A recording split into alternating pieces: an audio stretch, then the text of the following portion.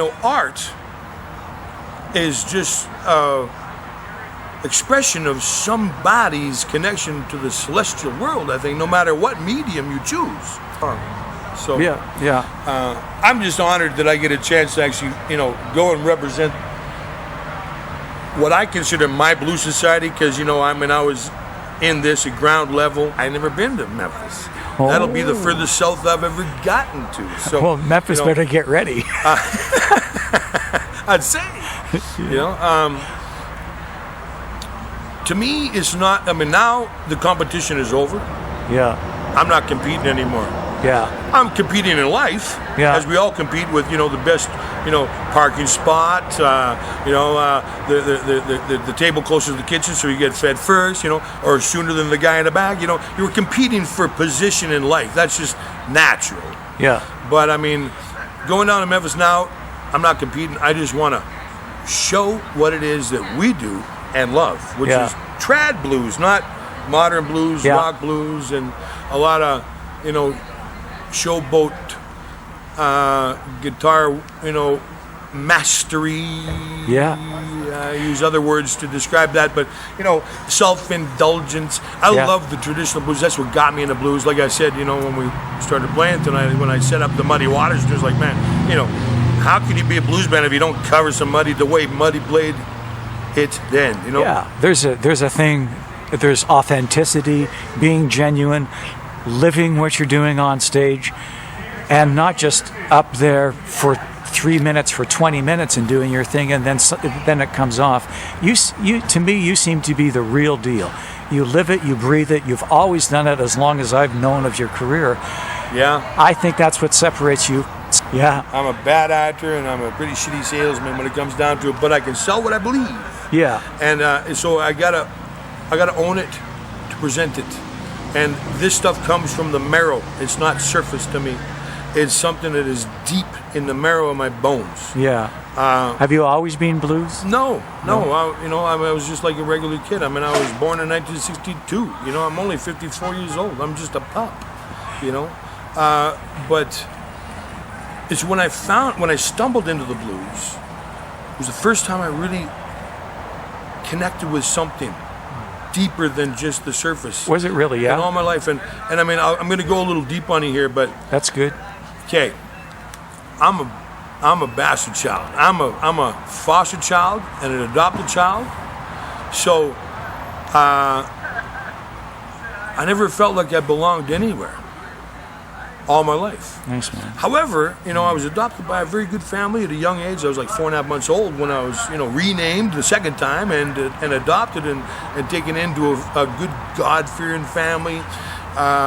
But, they didn't teach me the things that I know now, what I needed to know then, like taking risks and stuff, what I was, born to do.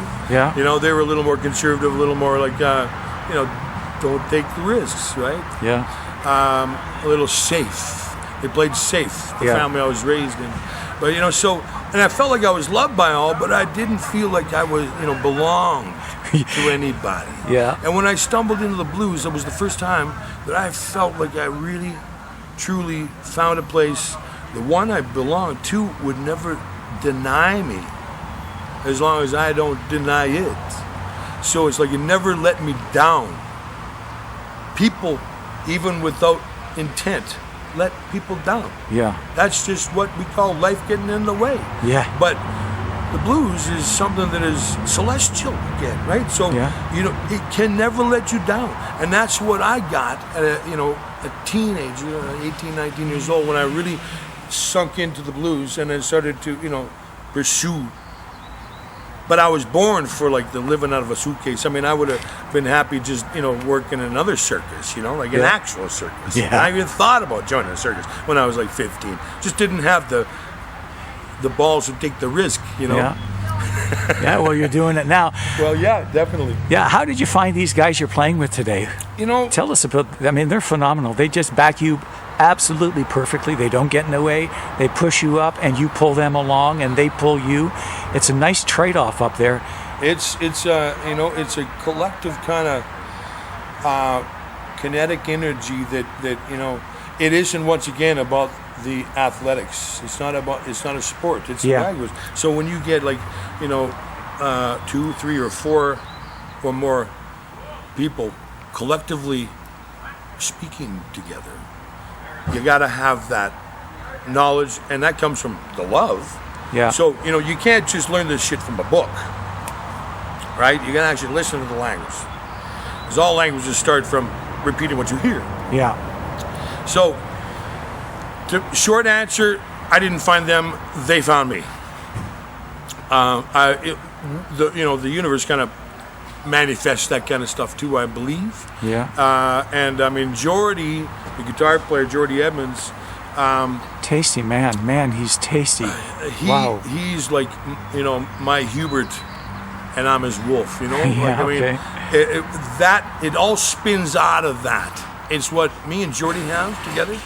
And I wanted to play this kind of blues since I started. Yeah. But I never had even one guitar player that played the traditional language of the blues like Jordy Evans does, that's allowed me to then do what I'm doing right now. Yeah. 35 years later, I'm doing what I was drawn to do when I was 19 years old, 18 years old, right? So, and then Pat, I've known him for years, since about 1990, but I stumbled into him when I moved back here in 2012. He was playing upright bass for the first time. He was an electric guy, and I never needed anybody when I knew him, right? He was working with other cats, and I just knew him as a bass playing buddy, right? Yeah. But when I saw him playing the upright bass, and I just moved back, and it's like, we got exchanged numbers, and I got him, I hired him on to, work with me, and so in and out of different arrangements. Pat has been, my go-to guy for the Doghouse bass. Sandy Smith, I've known him. Sandy Bone, I've known him since about 1990 as well. But it was just another kind of quirky sort of thing. Pat threw his back out about 2 months or so ago. We needed to sub out. My sensibility said, okay, there's no bass player that knows our material, me and Jordy. Yeah.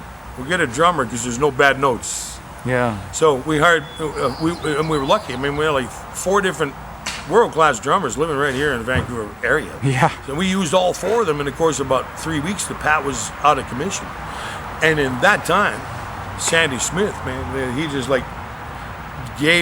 brought us something that we really didn't realize was there. Yeah. So that's why I asked Sandy to come and help us, get over the hump out of White Rock to, take it to Memphis. Yeah, you know what I really noticed in that set? There's, the saying, less is more. Mm-hmm. In the fine art world, negative space is huge because it allows the talent to come forward without being pushed out of the way by too much guitar, too much drum, too much bass, too much over arrangement. Yeah. It's taste. That's the difference with you. Between everyone else I've seen, there's an element of taste and holding back and holding back and holding back, and then when you hit it so hard, it knocks them off their seat. How do you develop that? How does that happen? Man, that don't come from a book either. That comes from life experience and paying attention to the details, I think, Let me say this. Going to school doesn't make you smart. No. You got to pay attention. And you also got to be able to identify the weeds in the garden because, all knowledge isn't usable to everybody. So you got to weed your garden and fine tune the knowledge and then address that and present that and use that. So I think it's kind of it comes from listening to this stuff. Going back to language, how did we learn how to speak English? We listened to it. We repeated it. By the time we went to school to learn the ABCs, we had a good grip of the spoken language, right? Yeah. So listening to the records was the only way I could learn the language of blues. And then trying to repeat what I heard, like we all did with Mommy, Mine, and No. Yeah. Which is usually our first first 3 words. Right? Yeah. So it's the fine art of language. Yeah. Yeah. Yeah, nicely put, exactly. Yeah. You have a bit of a reputation as a wild man. You've been around a while, and you just described a man who has discipline. Well, Now, this is a juxtaposition of wild man and discipline. I'm a misfit. You're a conundrum. I'm a misfit. Certainly. You're a misfit, yeah. Discipline is hard, right? I mean, if you want to be at the top of your game in anything, you have to be disciplined. And I see a man that sits in front of me that just has huge discipline, but you fool everybody because you look like a wild man out there. It's just rolling off. How does that happen? Where does that come once from? again, remember I said I wasn't a very good actor, Yeah. right? So it's not an act. I think, if you let's just think of this. If you ever watched a plumber that's been at it for 40 years or 35 years, it almost looks magical. And you could almost think if you had those tools, you could do it too. And then when you try, you realize, no, he made it look easy because he's a pro.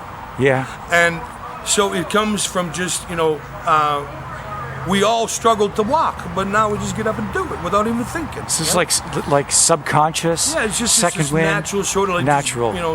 Just we don't think about the things that are become motor skills, and this becomes somewhat of a motor skill, performance and stuff, right? Muscle I don't memory. practice much. Yes, muscle memory. Right on. It's years of exhaustion and experience and love. And the thing is, Yeah. it's not. See, it's like dedication, but I mean, it's a love thing, right? So it's not like I just thought blues would be cool, because it wasn't when I found that connection, that family connection, that belonging connection. That's what drew me to it. Not that I might make $1 million or $100,000 or even $10.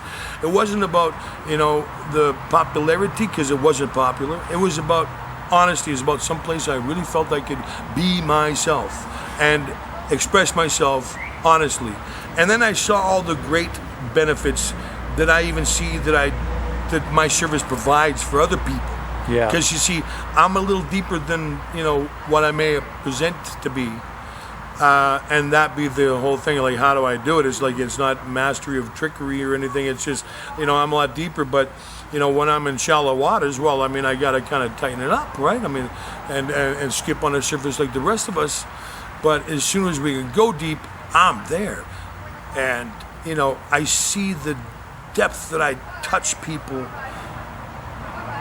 And I'm not consciously trying to do so. So I see, once again, I feel like I'm kind of like a connection with some other kinetic energy and some kind of celestial, energy that provides a healthy distraction to people's lives that is better than, the Kardashians or the Bachelor or whatever reality television, Big Brother Canada. That's a distraction, but it's not very healthy. So, when people come to, get health, good healthy distraction, that's what we do. And then, get a chance to maybe look at your life that seems to be a little shitty, and you go, well, maybe it's not as bad as I thought it was. Once you walk away, forget about it for a minute, and then go back to it, it's like, oh, hey, maybe it's not that colossal. Yeah. Maybe I can get through this anyway, right? Yeah. It's not. And then if you listen to some of the lyrical content, well, they had it worse. So in comparison. And, we got to know that the world, the universe kind of gives us all punts from time to time into the chin. Just a reminder that we're here and not there, right? Yeah, exactly. So, yeah. Thank you, man. Harpdog, thank you very much. And it's an honor.